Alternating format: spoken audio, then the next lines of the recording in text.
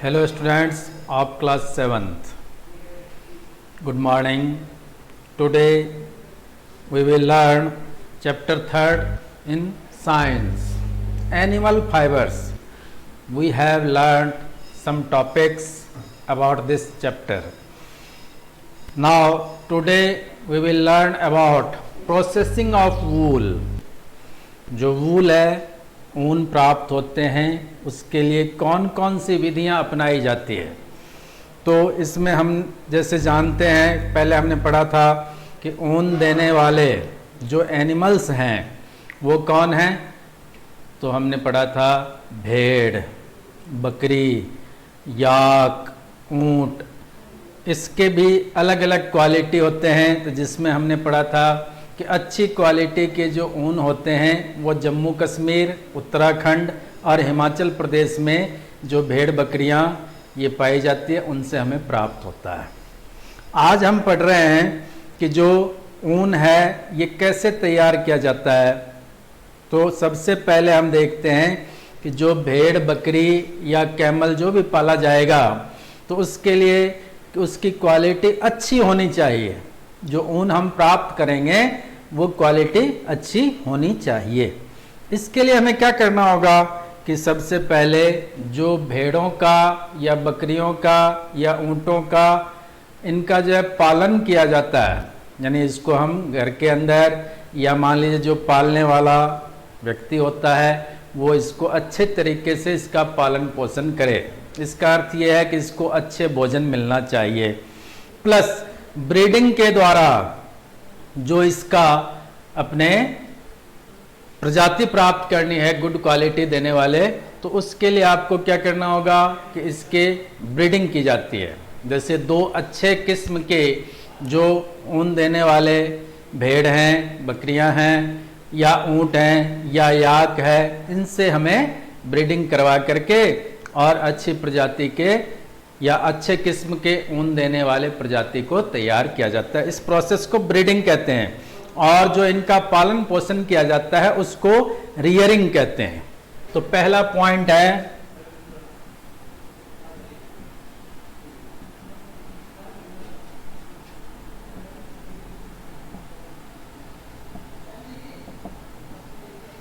Rearing and breeding.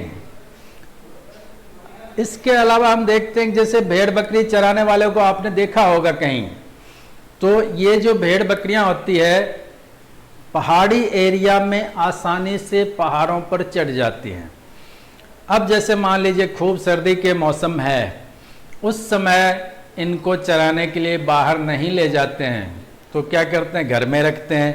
उस समय घर के अंदर इसको अच्छे चारे दिए जाते हैं खाने के लिए, जैसे फॉडर, लीव्स या मान लीजिए खल होता है, अनाज के दाने होते हैं, ये सब इनको खिलाया जाता है ताकि इनका भरण पोषण हो सके।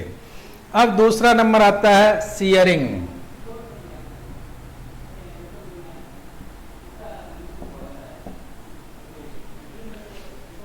जो सीयरिंग है इसका अर्थ ये है कि जैसे हम देखते हैं ऊन है तो पहले हम क्या करेंगे, कैसे प्राप्त करेंगे। तो जो भेड़ बकरी को हमने पाला है उसके जो बाल होते हैं उसको कट किया जाता है एक मशीन के द्वारा या कटर के द्वारा।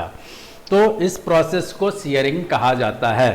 तो हमने ये आपको बताया था फ्लेस, जो ऊपर के बाल होते हैं इसके नीचे नीचे वाले बाल, ऊपर वाला बाल तो क्या था हार्ड सॉफ्ट नहीं होता है, लेकिन जो उसके नीचे के बाल होंगे सेकेंड लेयर पर वो सॉफ्ट होता है और इसको ही फ्लेस कहते हैं। तो उनको काट करके उतारा जाता है और इस प्रोसेस को सीयरिंग कहा जाता है। तो ये जो है हम देखते हैं अधिकतर जैसे मान लीजिए कैंची के द्वारा या रेजर के द्वारा या फिर बहुत बड़े पैमाने पर लार्ज स्केल पर, यदि कॉमर्शियल स्केल है उसके लिए जो बिजनेसमैन होंगे वो क्या करेंगे, मशीन के द्वारा बालों की कटाई करेंगे। अब तीसरा नंबर आता है स्कोरिंग।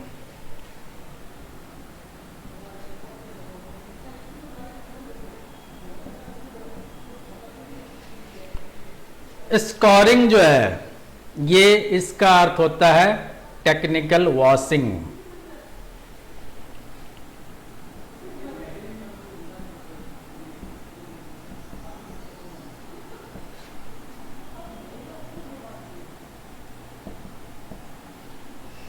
जिस तरह से हम घर में कपड़े धोते हैं, इसी तरह से जो ऊन के लिए हमने बालों की कटाई की है वो ज़मीन पर गिरते हैं। इससे पहले भेड़ बकरियां जो है ये ज़मीन पर ऐसे लौट जाते हैं या लेट जाते हैं, आप जो भी भाषा आप समझते हैं उसमें आप समझ लीजिए।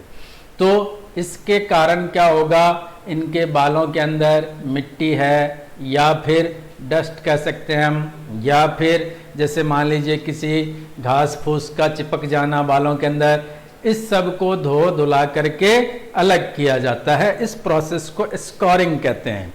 फिर आता है सॉर्टिंग।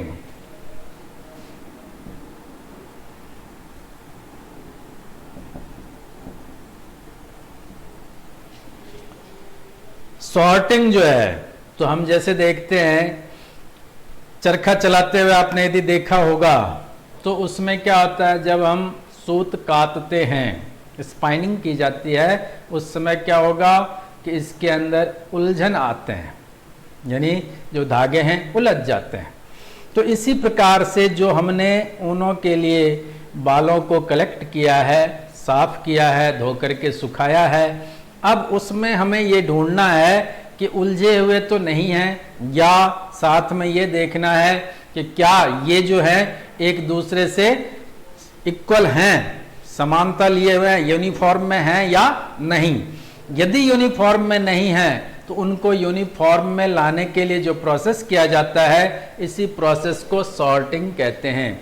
इसके लिए भी जैसे एक से बहुत ज़्यादा मजदूर को लगाया जाता है काम करने के लिए, और जैसे मान लीजिए मशीन से भी इसको कर सकते हैं। तो ये प्रोसेस जो है सॉर्टिंग कहलाता है। इसमें हम देखते हैं जनरली कि मान लीजिए अपने कि जो भेड़ है, भेड़ के पीठ पर जो बाल होते हैं या दोनों साइड में जो बाल होंगे, इनके जो है आपके ऊन अच्छी किस्म के प्राप्त होते हैं, अच्छी क्वालिटी के प्राप्त होते हैं।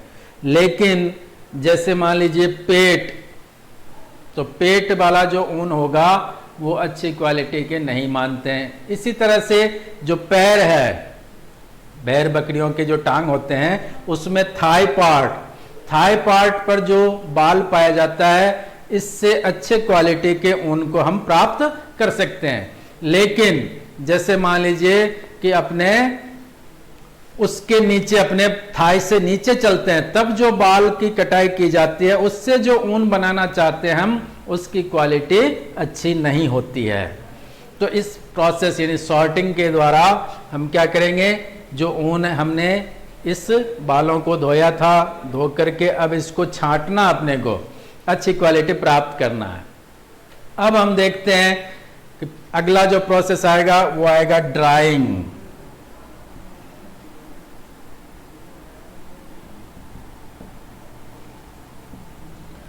ड्राइंग जो है इसका अर्थ है सुखाना। तो जिस तरह से हम वॉशिंग मशीन में कपड़े धोते हैं, और ऑटोमेटिक जो वॉशिंग मशीन आता है उसमें लगभग 60 से 70% कपड़े अपने आप सूख जाते हैं धोने के बाद में। फिर हल्का फुल्का जो गीला रहता है उसको हम बाहर निकाल करके झरका देते हैं और फिर सुखा लेते हैं। इसी तरह से जो ड्राइंग सिस्टम किया जाता है, तो यहाँ तक जो हमने ऊन को उलझा हुआ था उसको सुलझाया। अब सुलझाने के बाद में उसको क्या करना है, ड्राई करना है, यानी धूप में नहीं सुखाते हैं इसको। जैसे ग्राउंड जो है अपने मान लीजिए बहुत बड़ा हॉल है, वहाँ जमीन को साफ सुथरा करके और उसके ऊपर पसार देंगे हम, और पसारने के बाद में जो एयर है वो ड्राई एयर चलाया जाता है, जिसके कारण से जो ऊन है ये सूख जाते हैं। और नहीं तो फिर जैसे मान लीजिए वॉशिंग मशीन का उपयोग किया जाता है। इसके बाद में आता है डाइंग।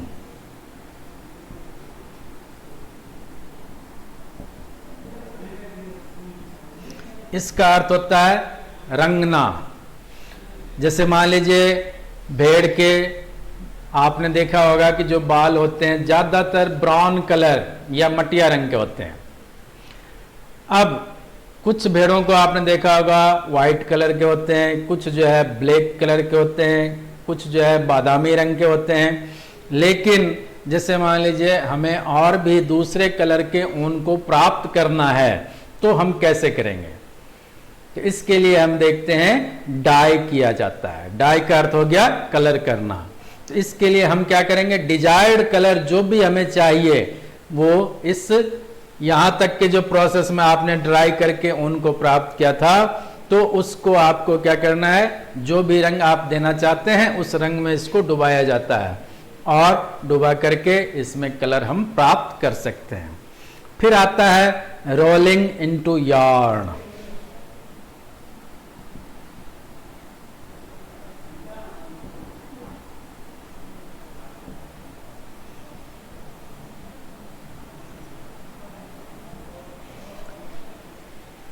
सिलाई करने के लिए धागा आता है, ये आपने देखा होगा।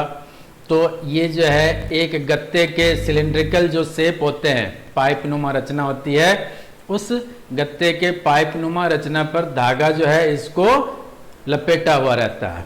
तो इसको हमने क्या किया, तो आप देखेंगे इस प्रोसेस को हम कहते हैं रोलिंग करना। ऊन बेचने वाला जो आता है उसको आपने देखा होगा कि ये ऊन जो है किस तरीके से रखते हैं, तो गोले बना करके, ठीक है। इसका अर्थ क्या हो गया, रोलिंग इनटू यार्न। तो ये जो है यार्न बनाया जाता है।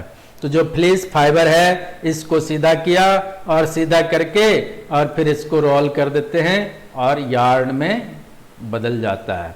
तो इसका अर्थ ये हो गया कि इसको आपको पहले सीधा करना है और फिर स्ट्रेच यानी खींच करके तान करके और फिर इसको गोला बना देते हैं।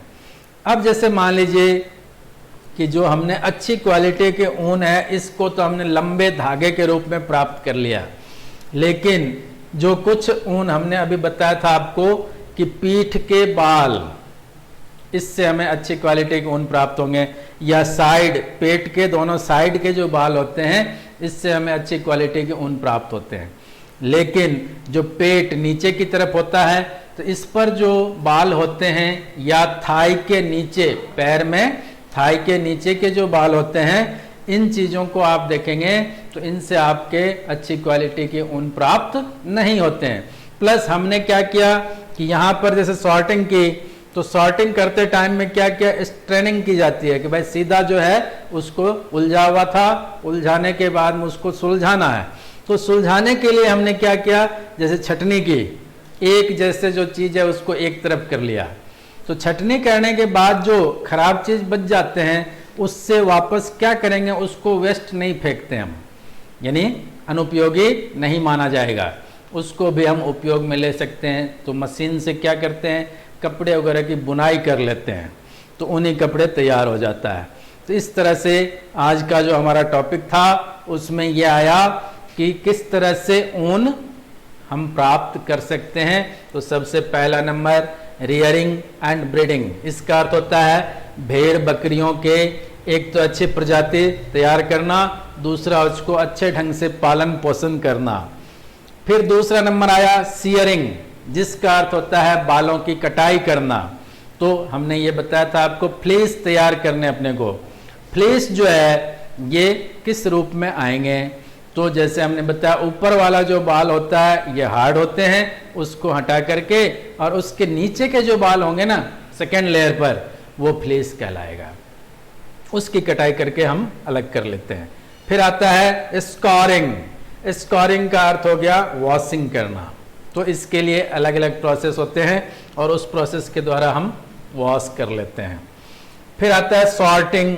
तो सॉर्टिंग जो है इसमें क्या करते हैं कि जो इसके अंदर उलझे हुए थे उसको हमने सुलझाया है, एक जैसे यूनिफॉर्म रूप में लाना है, यानी एक रूप में सभी ऊन को कलेक्ट करना है।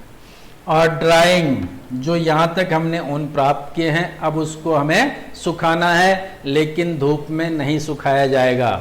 उसके लिए क्या करते हैं, हवा जो है हॉट एयर का उपयोग करके हम इसको सुखा सकते हैं, या फिर वॉशिंग मशीन के द्वारा ही वॉशिंग मशीन के अंदर जो सुखाने का सिस्टम होता है उसके द्वारा ही सुखाया जाता है।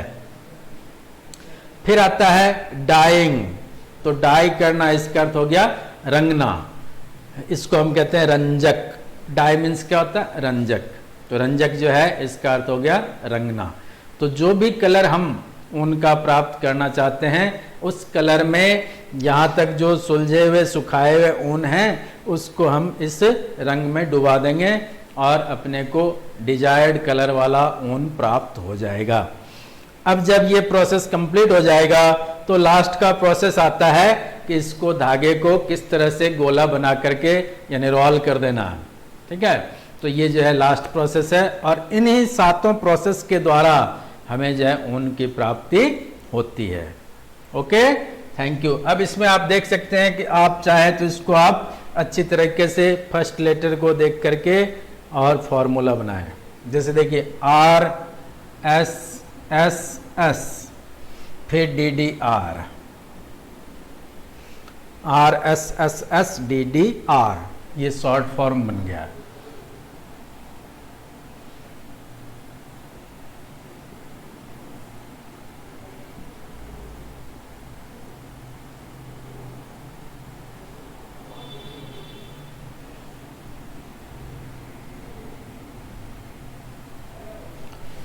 तो 1 2 3 4 5 6 7, ये 7 स्टेप हो गए और 7 स्टेप के द्वारा जो है हम उनको प्राप्त कर लेते हैं।